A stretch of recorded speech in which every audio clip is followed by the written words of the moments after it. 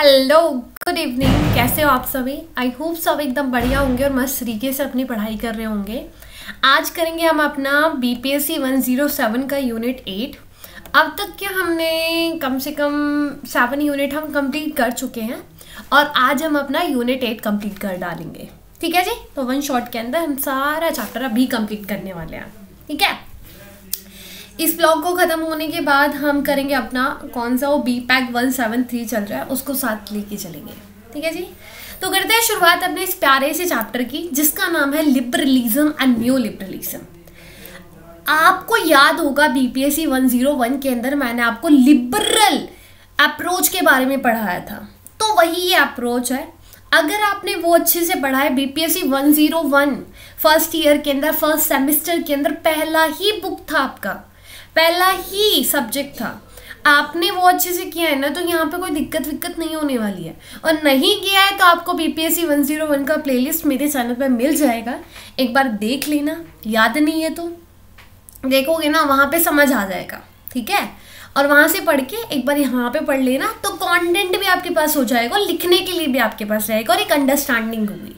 ठीक है, चीज़ों को जितना इंटीग्रेट करके चलोगे उतना ही आपके लिए अच्छा रहेगा। ठीक है, तो हम बात करते हैं कि कौन कौन से टॉपिक होने वाले हैं। पहले हम बात करेंगे इंट्रोडक्शन की, कि लिबरलिज्म जो अप्रोच है, पहले तो हमको ये समझना है लिबरल क्या होता है। ठीक है, लिबरलिज्म क्या होता है, लिबरल ट्रेडिशन के कौन कौन से मेन कैरेक्टरिस्टिक्स है, मतलब ऐसे कौन कौन सी चीज़ें हैं जिनको देखकर हम बोल सकते हैं कि हाँ भाई ये लिबरल ट्रेडिशन है, ये लिबरल वाले हैं। ठीक है, देन इसके बाद हम बात करेंगे क्लासिकल लिबरलिज्म। जैसे हमने पिछले यूनिट के अंदर देखा था क्लासिकल रियलिज्म, कि भाई पुराने वाले रियलिस्टिक जो अप्रोच को फॉलो करते थे या फिर उसको सपोर्ट किया करते थे उनको हम बोलते थे क्लासिकल रियलिज्म। ऐसे ही हमारे कुछ पुराने स्कॉलर्स हैं जो पुराने लिबरल आइडियाज को सपोर्ट करते थे, वो है क्लासिकल लिबरलिज्म। ठीक है, लिबरल अप्रोच का क्या होता है, मतलब लिबरल जो अप्रोच है वॉर के बाद, जब हमारी सेकेंड वर्ल्ड वॉर हुई थी उसके बाद क्या सीन था। ठीक है, फिर कुछ हम अलग अलग लिबरलिज्म के बारे में पढ़ेंगे। ठीक है, देन इसके बाद हम न्यू लिबरलिज्म को देखेंगे कि हाँ जी क्लासिकल लिबरलिज्म तो चला गया, पहले वाले पुराने धारणाएं तो ठीक है, लेकिन एक नया एक न्यू वर्जन भी है किसका, लिबरल अप्रोच का, उसके बारे में बात करेंगे। ठीक है, तो लिबरल क्या है, लिबरलिज्म क्या है, क्लासिकल लिबरलिज्म और न्यू लिबरलिज्म, ये मैंने एक बार थोड़ा सा पढ़ाया हुआ है, अगर आपको याद होगा BPSC 101 के अंदर, तो इजी से मैंने आपको पूरी चीज़ें बताई गई है कि क्लासिकल लिबरलिज्म कब आया था, उसके नेगेटिव इम्पैक्ट क्या था, सब पढ़ाया हुआ है और वही स्कॉलर्स यहाँ पे आने वाले हैं। तो हम इंट्रोडक्शन को स्टार्ट करते हैं। लिबरलिज्म एक वे ऑफ थिंकिंग है। ठीक है, एक सोचने का क्या है, वे है। ठीक है, जैसे हमारा रियलिज्म था ना, ऐसे ही लिबरलिज्म है। ठीक है, लेकिन जो इनके आइडियाज है वो कुछ अलग है। ठीक है, तभी तो इसको अलग बनाया है। अगर लिबरल आइडिया और रियलिज्म के आइडिया दोनों सेम होते तो भाई इनका अलग अलग नाम क्यों रखते। ठीक है, तो इनके आइडियाज अलग है लेकिन एक वे है थिंकिंग का दोनों। ठीक है, अब क्या वे थिंकिंग, मतलब क्या सोच रहे हैं यार ये, ऐसा ये बताते कि कैसे जो कंट्रीज है वो आपस में इंटरेक्ट करती है। ठीक है, ये कब स्टार्ट हुआ था, लिबरलिज्म कब आया है, तो लिबरलिज्म ये क्या करता है, स्टार्ट होता है क्रिटिसाइज करते हुए। ठीक है, जो पहले जो पास्ट में चीजें हुई थी ना उनको क्या करता है, क्रिटिसाइज करता है। कौन, लिबरल। ठीक है, जो लिबरल आइडियाज थे, जो लिबरलिज्म है वो क्या कर रहा है कि जो पास्ट में चीजें हुई है ना उनको क्रिटिसाइज कर रहा है, बोल रहा है ये चीजें अच्छी नहीं है। ठीक है, जैसे फिडवल रूल हो गया, पहले जो इकोनॉमिक स्ट्रैटेजी हो गई, इन सबको क्या करते हैं, क्रिटिसाइज करते हैं, इन सबको बुरा बोलते हैं। ठीक है, तो इसी नई अप्रोच को क्या बोला जाता है, लिबरलिज्म। ठीक है, लिबरलिज्म डिफरेंट पार्ट है, लिबरलिज्म के अपने खुद के अलग अलग पार्ट है, लेकिन इस यूनिट में हम सिर्फ एक पार्ट के ऊपर फोकस करने वाले हैं जो रिलेटेड है किससे, इंटरनेशनल रिलेशन से। ठीक है, क्योंकि बुक का नाम ही इंटरनेशनल रिलेशन है तो हम उसी पार्ट का बारे में बात करेंगे ना। अब हम लिबरलिज्म को पढ़ने के लिए चले लेकिन जो हमारे इंटरनेशनल रिलेशन से ही कनेक्ट नहीं हो रहा है तो क्या फायदा उसको पढ़ने का। ठीक है, तो सिर्फ हम एक ही पार्ट को देखेंगे।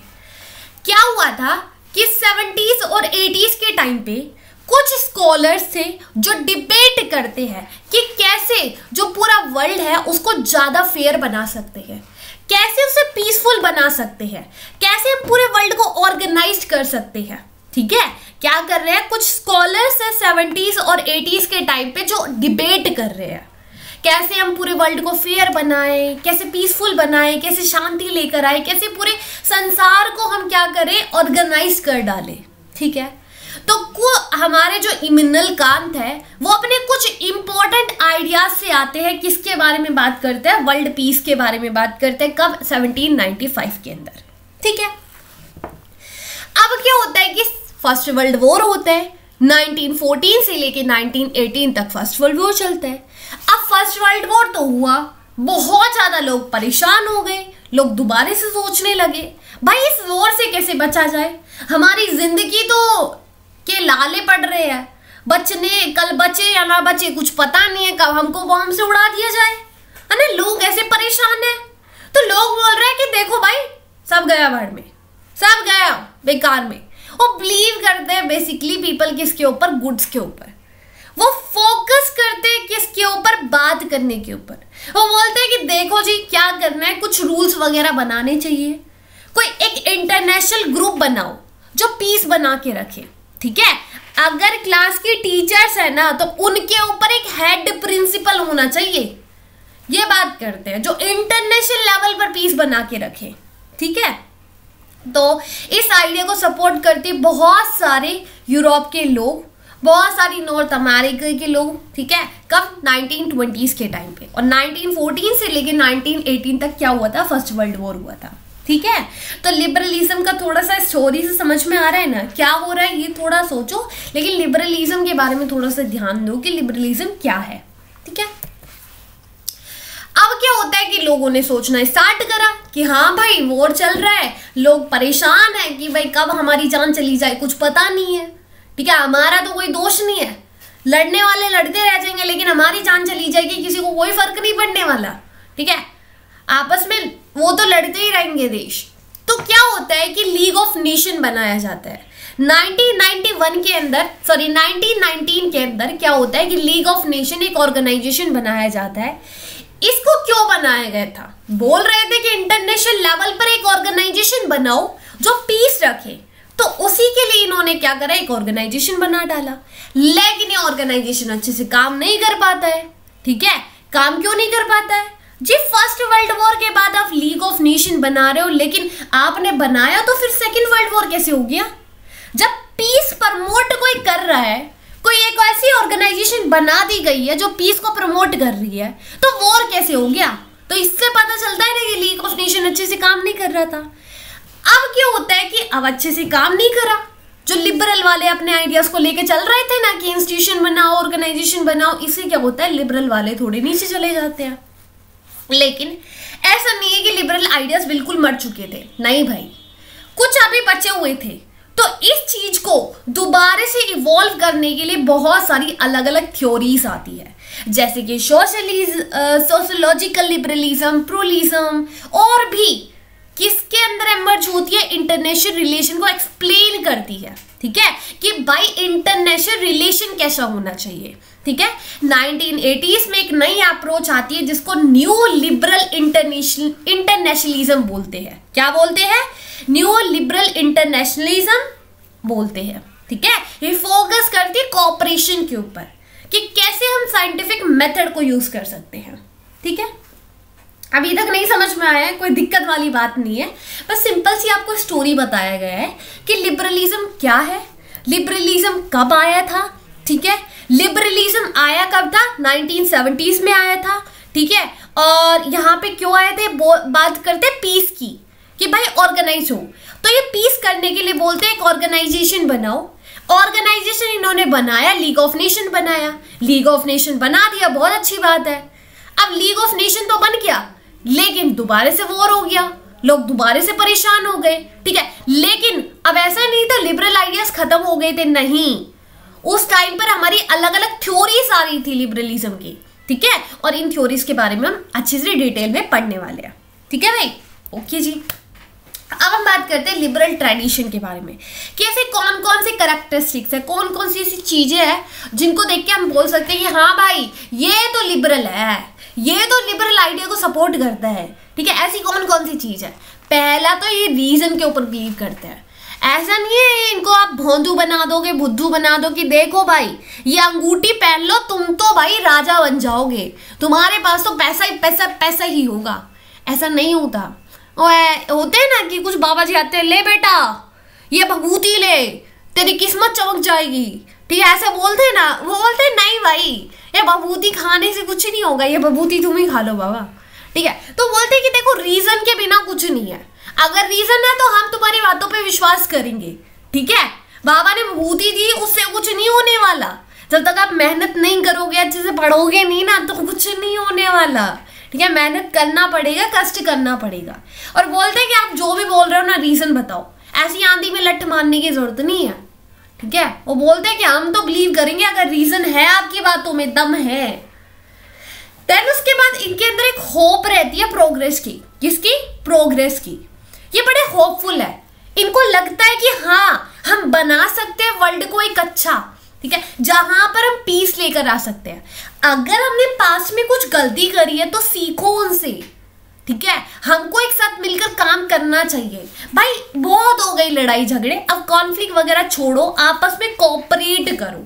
ठीक है, ये इनके अंदर होप है। ठीक है, जब किसी के अंदर एक इच्छा होती है ना, एक होप होती है ना कुछ करने की, वो प्रोग्रेस तो होता ही होता है। ठीक है, अब आप खुद ही नहीं चाहते हो तो भाई कैसे हो पाएगा ना।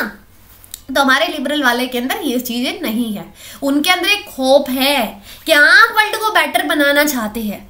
ठीक है, connection between home and the world, ये बात करते हैं कि जो कंट्रीज की अंदर की सरकार होती है, अगर किसी कंट्री के अंदर डिक्टेटरशिप है तो उसका लिंक जो इंटरनेशनल पॉलिटिक्स में है ना वो दिखता है। ठीक है, ये यहाँ पे लिंक बताते हैं कि एक इंटरनल गवर्नमेंट जो एक कंट्री के अंदर एक इंटरनल गवर्नमेंट है ना, जो उनके अंदर की सरकार है, अगर सरकार ही बेकार है ना तो उसका रोल अच्छा नहीं रहेगा इंटरनेशनल पॉलिटिक्स के अंदर, कोई नहीं पूछने वाला उसको। ठीक है, तो बोलते हैं कि डेमोक्रेटिक्स कंट्री होनी चाहिए, और डेमोक्रेटिक्स कंट्री ही पीसफुल बना सकती है और बड़ी ही पीसफुल रह सकती है एक दूसरे के साथ। उनको कोई लड़ाई झगड़ा कॉन्फ्लिक्ट वगैरह नहीं करना है, वो आपस में कोऑपरेट करके चलेंगी। ठीक है, वो मल्टीनेशनल कोऑपरेशन बनाएंगी। ये हमेशा स्टेट की बात नहीं करती, हमेशा ऐसा नहीं कि सरकार करेगी, नहीं, ये कंपनीज को भी लेकर आती है। जो नॉन गवर्नमेंट ऑर्गेनाइजेशन है उनकी भी बात करते हैं कि देखो भाई सरकार ही सारे काम नहीं करती है, सिर्फ सरकार की जय जयकार मत करो, बड़ी बड़ी कंपनी भी कुछ रोल प्ले करती है आपकी सोसाइटी में। जो नॉन गवर्नमेंट ऑर्गेनाइजेशन है वो भी काफी इंपॉर्टेंट रोल प्ले करते हैं। ठीक है, वो सिर्फ सरकार की बात नहीं कर रहे हैं। ठीक है, तो पहला ये बिलीव करते हैं किसके ऊपर? रीजन के ऊपर। प्रोग्रेस की बात करते हैं, लिंक्ड करते हैं किसको? इंटरनल गवर्नमेंट को किससे? इंटरनेशनल पॉलिटिक्स से। ठीक है, डेमोक्रेटिक कंट्री को सपोर्ट करते हैं। देन इसके बाद ये सरकार की ही बात नहीं करते कि नॉन गवर्नमेंट ऑर्गेनाइजेशन की बात करते हैं। ये बोलते हैं फ्री ट्रेड होना चाहिए। अब लिबरल है मतलब फ्री वाले लोग हैं, उनको कोई अपने ऊपर बाधा वगैरह नहीं चाहिए। तो बोलते हैं कि देखो व्यापार वगैरह भी अगर तुम कर रहे हो ना तो फ्रीली होके करो, कोई तुम्हारे ऊपर अलग से मतलब कुछ रोब जमाने वाला नहीं होना चाहिए। ठीक है, सभी को मिलकर इकोनॉमिक ग्रोथ करना है तभी होगा। सरकार ने कोई ठेका नहीं ले रखा है, सब मिलकर करो, फ्रीली करो, मार्केट बिल्कुल फ्री रहे। ठीक है, इंपॉर्टेंस ऑफ इंस्टीट्यूशन, ये ऑर्गेनाइजेशन को, इंस्टीट्यूशन को इंपॉर्टेंस देते हैं। बोलते हैं कि अगर ऑर्गेनाइजेशन है, तुम कुछ ऐसे इंस्टीट्यूशन बनाओगे वही मेंटेन करेंगे ऑर्डर्स को। भाई ऑर्गेनाइजेशन बनाओ, इंस्टीट्यूशंस बनाओ, फ्रीडम के लिए, फेयरनेस के लिए, इन सब को जो लेकर आए वर्ल्ड के अंदर, तभी तो यूएन बना है। ठीक है, तो लिबरल आइडियाज ने इन सब चीजों को क्या करा है? सपोर्ट करा है। ठीक है, आया समझ में कुछ कैरेक्टरिस्टिक्स? ओके, तो अभी तक मैंने आपको बताया लिबरलिज्म कब आया था। सिंपल सा, कब आया था? 1970s के टाइम पे, जहां पे कुछ स्कॉलर सोचना स्टार्ट करते, डिबेट करना स्टार्ट करते कैसे वर्ल्ड को पीसफुल बना सकते हैं। ठीक है, कैसे सभी की सभी कंट्री आपस में मिलकर काम कर सकती है। ठीक है, फिर उसके बाद मैंने आपको बताया कि वो कैसे राइज होता है, वो बोलते हैं कि कैसे हम मतलब ऑर्गेनाइज बना के रख सकते हैं पूरे वर्ल्ड को। तो वो कुछ इंस्टीट्यूशंस की बात करते हैं। फर्स्ट वर्ल्ड वॉर होता है, फर्स्ट वर्ल्ड वॉर होता है तो वो लीग ऑफ नेशन बनाते हैं, लीग ऑफ नेशन बनाते हैं तो लीग ऑफ नेशन अच्छे से काम नहीं कर पाता है, अच्छे से काम नहीं कर पाता है तो लोग सोचते हैं कि भाई ये तो बेकार है, लिबरल आइडियाज बड़े बेकार है, ऑर्गेनाइजेशन बनाया कुछ काम नहीं करा। लेकिन लिबरल आइडियाज तब तक खत्म नहीं हुए थे। फिर उसके बाद हमने कुछ करेक्टरिस्टिक्स की बात करी जो कि मैंने आपको अभी बताया था। ओके, अब हम बात करते हैं क्लासिकल लिबरलिज्म की। क्लासिकल मतलब पुराने वाला लिबरलिज्म, मतलब पहले जो लोग लिबरल आइडियाज को, पुराने जो लिबरल आइडियाज थे उनको सपोर्ट करते थे, उनको बोलते हैं हम क्या? Classical liberalism. ये पहली बात करते हैं इंडिविजुअल की फ्रीडम की। बोलते हैं कि भाई लोगों के पास फ्रीडम होना चाहिए, उनको आजादी होना चाहिए, वो जो भी चूज करना चाहते हैं ना, अधिकार होना चाहिए। भाई किसी के पर्सनल फ्रीडम को कब्जा के मत रखो, वो उसका जन्मसिद्ध अधिकार है, उसको सोचने का, बोलने का, सुनने का, देखने का सबका अधिकार है। ठीक है, वो आपसे पूछ के नहीं बोलेगा कि भाई मेरे को बोलना है। ठीक है, और यहाँ पे कोई बिग बॉस नहीं चल रहा है, वो बोल रहे हैं कि देखो सबका अधिकार है भाई, तो किसी को इतना वो मत करो। बोलते हैं भाई सभी को फ्रीडम है। पहला इंडिविजुअल फ्रीडम की बात करते हैं। ठीक है, कौन? क्लासिकल लिबरलिज्म वाले। ओके, तो हमारे कुछ फेमस थिंकर्स थे, जॉन स्लोग, एडम स्मिथ, जैरी बेंथम। अब आप बोलोगे इनका नाम कैसे याद रखे? इनका नाम याद करने के आपको पहली बात तो जरूरत ही नहीं होनी चाहिए, क्योंकि पहले से ही आपको याद होने चाहिए। पहले ही बोला था मैंने कि बीपीएससी 101 का मैंने चैप्टर पढ़ाया है और उसके अंदर अच्छे से कराया है। देखो अभी दिखाते हैं हम आपको, बिना दिखाए तो आपको वैसे विश्वास नहीं होगा। आप मेरे सबसे पहले टेलीग्राम ग्रुप पे जाओ, ये हम डिस्कार्ड करते हैं इसको। कहाँ पे है टेलीग्राम? ये है ग्रुप, इसमें पहले आपको फाइल्स में जाना है। अगर आपको मेरा लेक्चर भी नहीं देखना है ना, तो फिर आप सीधा फाइल को भी डाउनलोड कर सकते हो। कौन सा यूनिट है? ठीक, 1 2 3 यूनिट है शायद, लिबरल वाला। हाँ, बीपीएससी 107 क्यों खुला है? एक सेकेंड,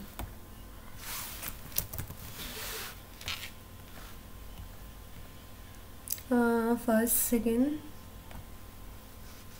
अब भी मिलेगा ही नहीं क्या?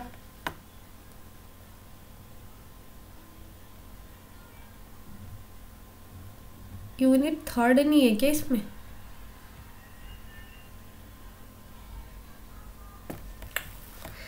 अब मिलेगा नहीं है ना?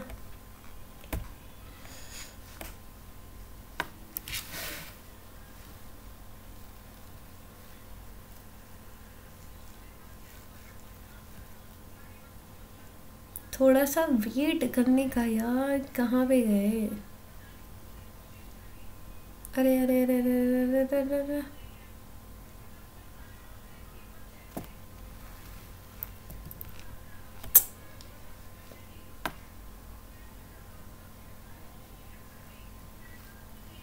बिल्कुल भी नहीं मिलेगा क्या?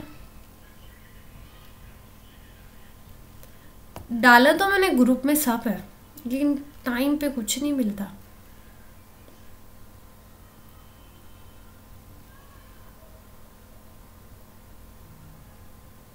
और एक साथ भी डाला है, ऐसा नहीं है कि एकदम से ही अलग से अलग अलग डाल रखा है।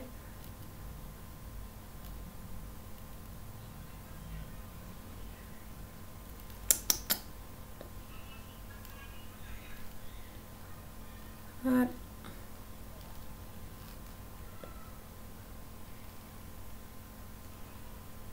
मैंने एक बच्ची को भी भेजा था शायद से किसी को।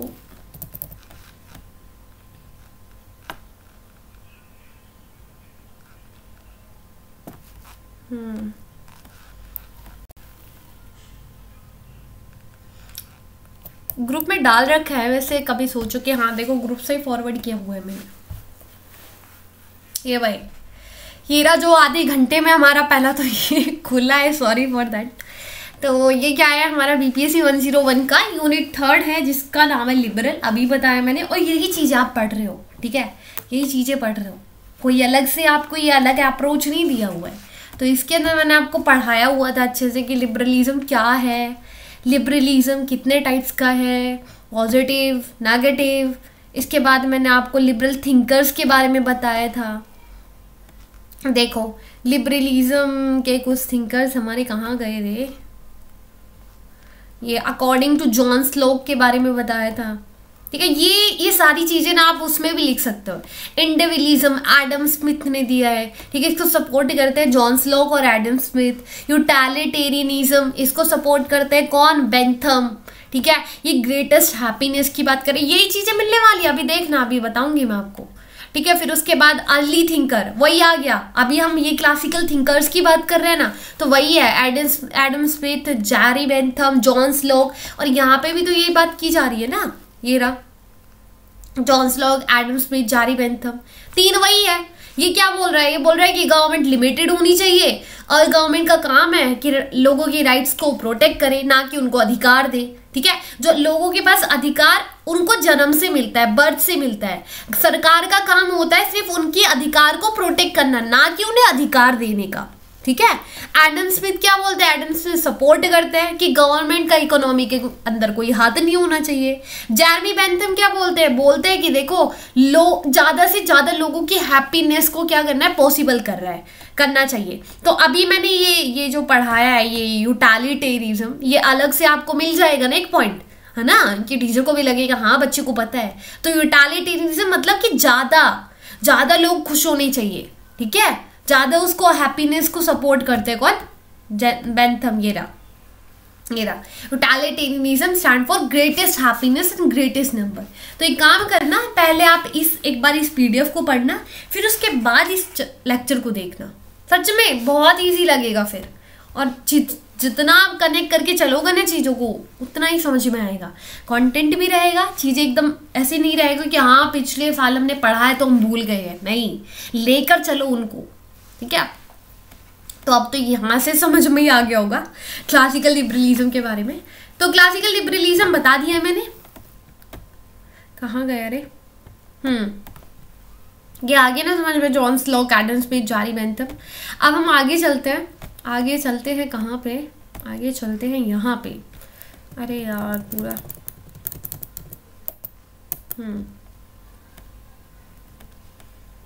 एक सेकेंड। हाँ जी, देखो response to the first world war.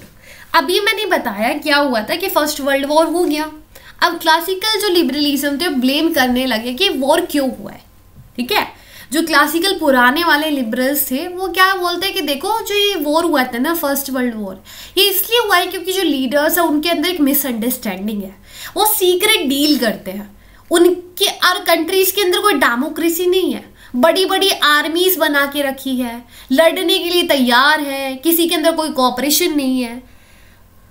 अब ये क्या करते हैं, ये बहुत इंपॉर्टेंट रोल प्ले करते हैं किसको क्रिएट करने के लिए, जो हमारा ये प्रेसिडेंट वुडन विलो का 14 पॉइंट्स था, ये मैंने आपको इसी बुक के अंदर फर्स्ट वर्ल्ड वॉर वाले चैप्टर के अंदर पढ़ाया हुआ है। यहाँ पे कोऑपरेट करने की बात करते हैं, ट्रांसपेरेंसी, डिप्लोमेसी, कोऑपरेशन की बात करते हैं। ठीक है, तो इस चीज़ की इन्होंने काफ़ी इंपॉर्टेंट रोल प्ले करा है, किसने, लिबरल्स वालों ने, इस चीज़ को प्रमोट करने के लिए। ठीक है, इस चीज़ को क्रिएट करने के लिए। अब क्या होता है कि फर्स्ट वर्ल्ड वॉर हो गया, इन्होंने बता दिया कि देखो इस वजह से हुआ है, तो क्या करने का, एक लीग ऑफ नेशन बना डालो, एक इंस्टीट्यूशन बना डालो जो कि क्या करे, आपको प्रमोट करे, सॉरी आपको नहीं, प्रमोट करे किसको, पीस को। ठीक है, अब कंट्री के ऊपर कोई पीस बना के रखेगा, सिंपल सी बात है, आपस में लड़ेंगी नहीं वो। अब लीग ऑफ नेशन तो बना डाला, लेकिन वो अच्छे से काम नहीं कर पाता है। सेकेंड वर्ल्ड वॉर हो गया, है ना, सेकेंड वर्ल्ड वॉर हो गया, तो काफ़ी थोड़ा सा इनको क्रिटिसिज्म मिला, लेकिन ये मरे नहीं, ये जिंदे थे, अभी बताया मैंने। तो फिर उसके बाद सेकेंड वर्ल्ड वॉर हुआ, उसके बाद यूएन में और यूरोपियन यूनियन बनाया, जो कि क्या करते हैं, कोऑपरेट करने की बात करते हैं। ठीक है, तो इतना क्या, अब हमारा सेकेंड वर्ल्ड वॉर हो गया है, सेकेंड वर्ल्ड वॉर के बाद हमने यूएन बना डाला है। अब जो लिबरल अप्रोच है उसके क्या मतलब, क्या सीन था उसका वॉर खत्म होने के बाद।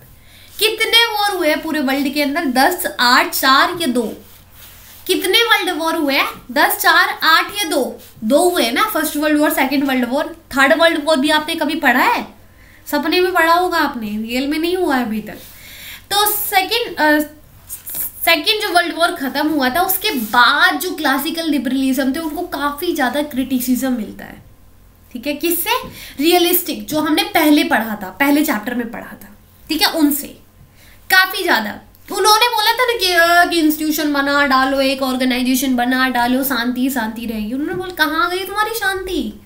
उन्होंने बोला कहाँ गया तुम्हारा इंस्टीट्यूशन, ऑर्गेनाइजेशन जो शांति बना के रखा था?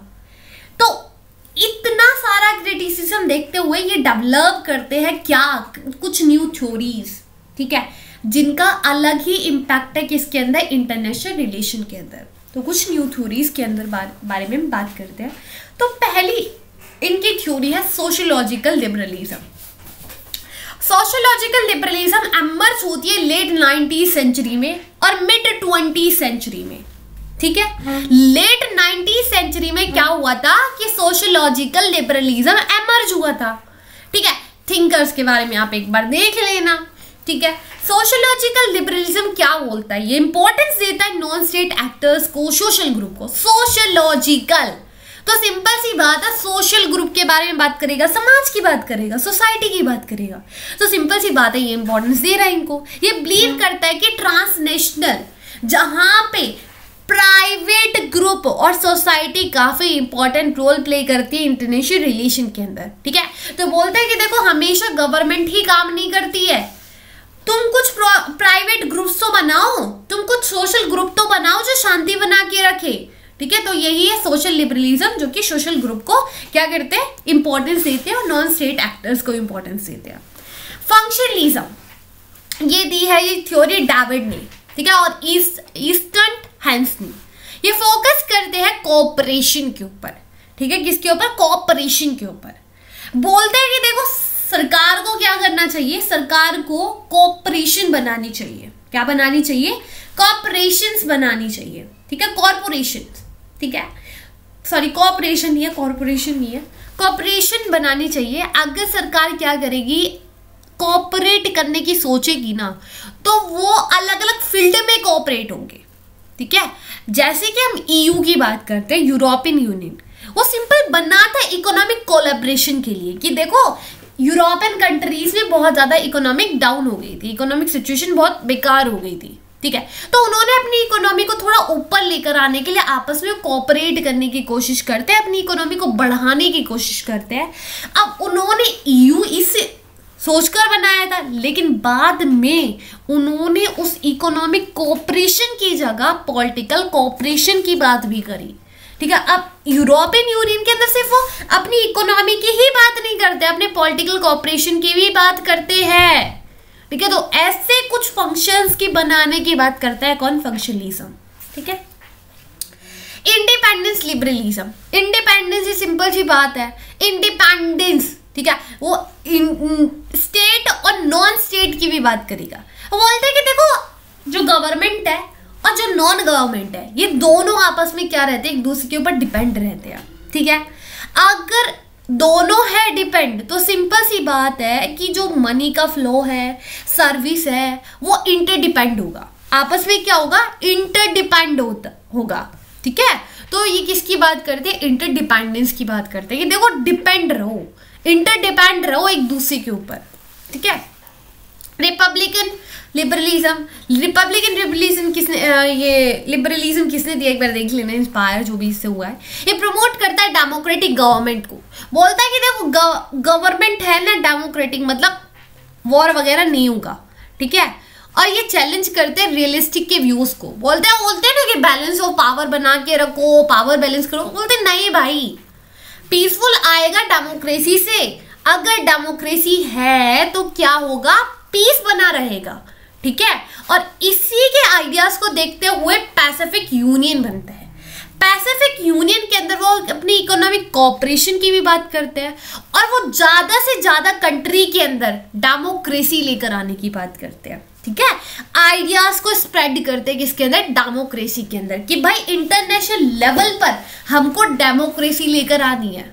ठीक है, तो ये हमारे रिपब्लिकन लिबरलिज्म हो गया।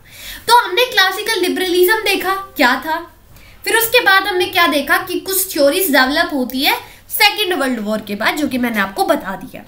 अब न्यू लिबरलिज्म मतलब नया वर्जन किसका, क्लासिकल लिबरलिज्म का, उसको पढ़ेंगे। तो सेम चीज है, कुछ अलग नहीं है, बस थोड़ा सा कुछ अलग तो है, थोड़ा सा अलग हो जाता है, नया वर्जन है। ये कुछ नई नई स्ट्रैटेजीज का अपनाता है, ठीक है, ये कुछ थ्योरीज को समझाने की कोशिश करता है, कॉन्फ्लिक्ट कैसे होता है, ठीक है, बोलता है कि कोई ग्लोबल क्या नहीं है, ग्लोबल गवर्नमेंट नहीं है, there is no global government. कौन बोलते हैं, न्यू लिबरलिज्म वाले, ठीक है। अब हुआ क्या है कि ब्रेक हो जाता है किसका, ट्रेडिशनल लिबरलिज्म का, मतलब जो पहले क्लासिकल लिबरलिज्म था वो टूट गया था, ठीक है। अब जो न्यू लिबरलिज्म, जो नया लिबरलिज्म है, एक मॉडर्न विजन है किसका, मॉडर्न वर्जन है किसका, लिबरलिज्म का, ठीक है, जो कि थोड़ा सा अलग है किससे, क्लासिकल लिबरलिज्म से। जब भी तो इसको नया बोल रहे हैं, क्यों, इसलिए क्योंकि जो क्लासिकल लिबरलिज्म है वो ब्लेम करता है कि जो लड़ाइयाँ होती है, जो वॉर होती है, वो ह्यूमन के नेचर के लिए होती है, कोऑपरेशन नहीं होता कंट्रीज के बीच में, तभी तो ये लड़ाइयाँ हो रही है। अभी पहले हमने क्लासिकल लिबरलिज्म पढ़ा तो उसके अंदर वो यही तो बता रहे हैं, लेकिन न्यू लिबरलिज्म बोलता है कि देखो कोई इंटरनेशनल इंस्टीट्यूशन नहीं है, कोई कम्युनिकेशन नहीं हो रहा है लोगों के बीच में, कोई ट्रांसपेरेंसी नहीं है, ठीक है, कोई पीसफुली डिस्प्यूट को रिजॉल्व करने के लिए कोई तुमने ऑर्गेनाइजेशन नहीं बनाया है, इसलिए लड़ाइयां हो रही है, ठीक है, कोऑपरेशन और ह्यूमन नेचर से लड़ाइयां नहीं हो रही है। तो इस सोच का जो नजरिया है ना क्लासिकल लिबरलिज्म का, न्यू लिबरलिज्म का, वो थोड़ा सा अलग हो जाता है। एक्टर ऑफ ग्लोबल पॉलिटिक्स, ये फोकस करते हैं इंडिविजुअल एजेंट के ऊपर। जो क्लासिकल लिबरलिज्म है वो किसके ऊपर फोकस कर रहे हैं, इंडिविजुअल एजेंट है, वही की प्लेयर है ग्लोबल पॉलिटिक्स के अंदर। लेकिन जो न्यू लिबरलिज्म है वो बोलते हैं कि सरकार प्राइमरी एक्टर होता है, और सिर्फ सरकार ही नहीं, जो मल्टीनेशनल कोऑपरेशन है, जो नॉन गवर्नमेंट ऑर्गेनाइजेशन है, वो भी क्या करती है, इंपॉर्टेंट रोल प्ले करती है किसके अंदर, ग्लोबल पॉलिटिक्स के अंदर, ठीक है। ये हो गया एक अलग।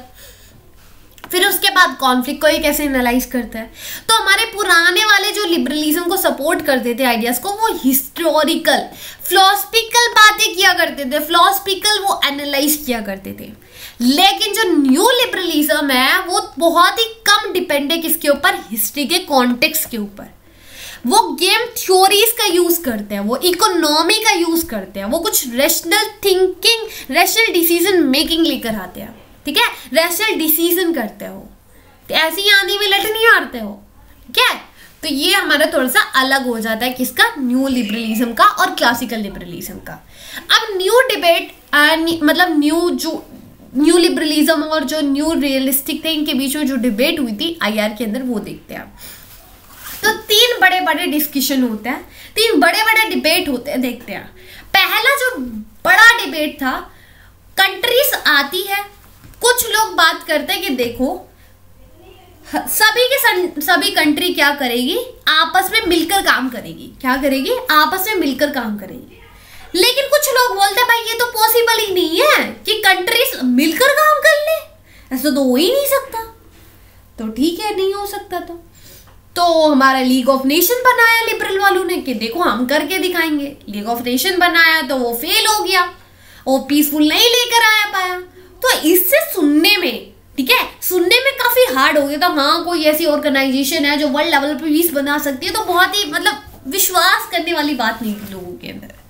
सेकंड जो डिबेट हुआ था वो था कि कुछ स्कॉलर्स चाहते थे इंटरनेशनल रिलेशन को क्या पढ़ना, स्टडी करना, किसका यूज करके, नंबर्स का यूज करके, डाटा का यूज करके।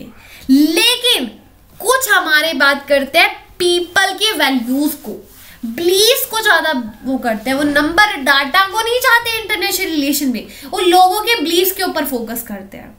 थर्ड डिबेट जो हुआ था वो न्यू रियलिज्म और न्यू लिबरलिज्म के बीच में हुआ था।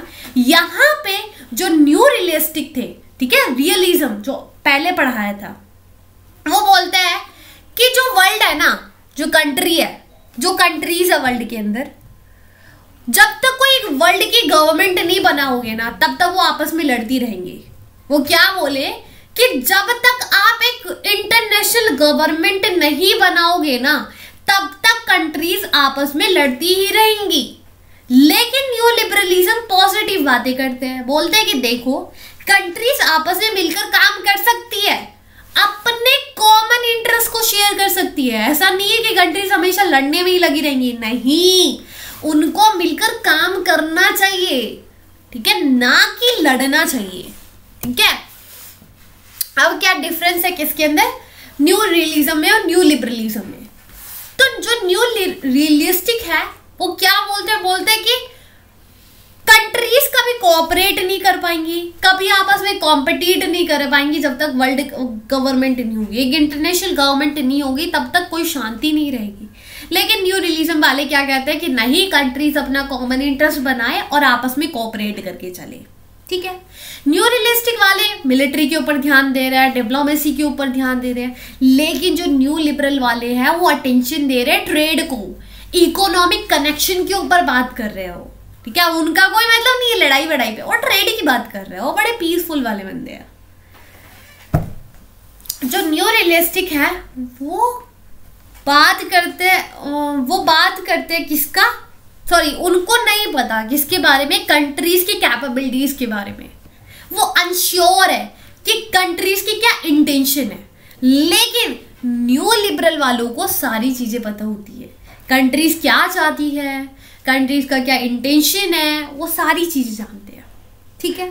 वो केयर करते हैं इस चीज के बारे में। इंटरनेशनल रूल की बात करते तो न्यू लिबरलिज्म वाले सोचते हैं कि इंटरनेशनल जो रूल्स है वो हेल्प करेंगे कंट्रीज को कॉम्परेट करने में, लेकिन न्यू रियलिस्टिक वाले इस चीज के ऊपर श्योर नहीं है, ठीक है। तो न्यू लिबरल वालों ने ऐसी बात करी है कि हाँ इंटरनेशनल रूल होना चाहिए, तो सिंपल सी बात है कोऑपरेट होगा, लेकिन न्यू रियलिस्टिक वाले इस चीज के ऊपर श्योर नहीं है। न्यू लिबरलिज्म इतना ही अच्छा है, हाँ ऐसा अच्छा नहीं है, इसके अंदर थोड़ा क्रिटिसिज्म भी है, डार्क साइड भी है इसकी। डार्क साइड कैसे है, इसका लिमिटेड फोकस है। इन्होंने बात करा है कि डेमोक्रेसी होना चाहिए, वो होना चाहिए, कंट्रीज को नॉन स्टेट एक्टर्स को लेकर आओ, इंस्टीट्यूशन बनाओ, ये सारी चीजें किसको फोकस कर रही है, सिर्फ बड़ी कंट्रीज को। जो पुअर कंट्रीज जो इफेक्ट हो रही है इन सब चीजों से, उस चीज को तो इन्होंने इग्नोर कर रखा है। नॉन अलाइड मूवमेंट, सभी को पता है कोल्ड वॉर चला था, उस टाइम पर कुछ कंट्रीज थी जो कि ना किसका पार्ट थी, ना वो यूएसए का पार्ट थी, ना वो यूएसएसआर का पार्ट थी, वो नैम कंट्रीज थी कि ना हम किसी का, हम न्यूट्रल है, हम किसी का भी साइड नहीं है। अब कोल्ड वॉर के टाइम पे कुछ पूरे कंट्री जो आपस में मिलकर काम करती है, ठीक है। तो न्यू लिबरल वालों ने, जो न्यू लिबरल थ्योरीज है, उन्होंने इस चीज के बारे में तो अटेंशन ही नहीं करा है। अजम्पशन, न्यू लिबरलिज्म के बहुत सारे अजम्पशन है। अब उन्होंने कुछ रूल्स बना दिए हैं, कुछ इंस्टीट्यूशन बना दिए हैं। अब ऐसा तो नहीं है कि हर एक कंट्री इस चीज से एग्री हो जाए, है ना। तुमने एक इंटरनेशनल ऑर्गेनाइजेशन बना दिया है, इस इंटरनेशनल ऑर्गेनाइजेशन की जो भी जजमेंट होगी उससे हर कोई कंट्री तो भाई सेटिस्फाई नहीं हो सकती ना, सबका अपना अलग अलग कंसर्न है। तो उन्होंने बोला कि देखो ये ठीक नहीं लगा हमको, इकोनॉमिक इनइक्वालिटी है। कुछ कंट्रीज थी अमेरिकन, लैटिन अमेरिकन कंट्रीज थी जो कि न्यू लिबरल पॉलिसीज को लेकर आ रही थी। अब वहां पे इकोनॉमिक इनइक्वालिटी हो, जब इकोनॉमिक इनइक्वालिटी होगा तो प्रोटेस्ट होगा, प्रोटेस्ट होगा तो कंट्री के में बवाल आ जाएगा, ठीक है। तो ये कुछ हमारी डार्क साइड थी किसकी, न्यू लिबरल की। अब आपको क्या करना है, अभी भी बोला, पहले भी बोला, बीच में भी बोला कि बीपीएससी 101 का लिबरल चैप्टर जरूर पढ़ना है, ठीक है। उसको पढ़ोगे ना तो सारी चीजें एकदम मतलब इकट्ठा फॉर्म में आपके पास आ जाएगी, एकदम इकट्ठी आ जाएंगी, सारी चीजें समझ में आ जाएंगी भाई क्या है, ठीक है। तो पिछला भी नहीं भूलोगे और ये भी याद हो जाएगा, और पेपर में कोई क्वेश्चन आता है तो लिख कर भी आ जाओगे, है ना। तो यही करने का है, देख लेना, मिल जाएगा बीपीएससी 101 का वो चैप्टर आपको इजीली मिल जाएगा मेरे चैनल पे, बीपीएससी 101 के उसमें यूनिट 3, ठीक है। और ग्रुप पे भी मिल जाएगी, ऐसी बात नहीं है कि ग्रुप में नहीं है, वो अभी मेरे को नहीं मिला, लेकिन आपको जरूर मिल जाएगा, तो टेंशन वेंशन नहीं लेने का, ठीक है। ठीक है जी। तो मिलते हैं नेक्स्ट लेक्चर के। सो बाय, टेक केयर, अपना ध्यान रखें, ख्याल रखें, ऐसे ही पढ़ते रहे, आगे बढ़ते रहे और थोड़ा सा मेहनत करें भाई एग्जाम के लिए। थोड़ा सा मेहनत करें, ज़्यादा मेहनत नहीं करें। और आज का चैप्टर बहुत इंपॉर्टेंट था, इसको इग्नोर नहीं करने का है। ये पेपर में ज़रूर इससे क्वेश्चन बनेगा, ठीक है। तभी मेरे को ये 40 मिनट यहाँ पे बना है पढ़ाने में। ये 40 मिनट अभी हुआ नहीं है, 40 मिनट हो जाएगा, दिक्कत मत लो। और किसी को क्लास की पीडीएफ चाहिए तो वो आपको टेलीग्राम पे मिल जाएगी और टेलीग्राम का लिंक आपको डिस्क्रिप्शन बॉक्स में मिल जाएगा, ठीक है।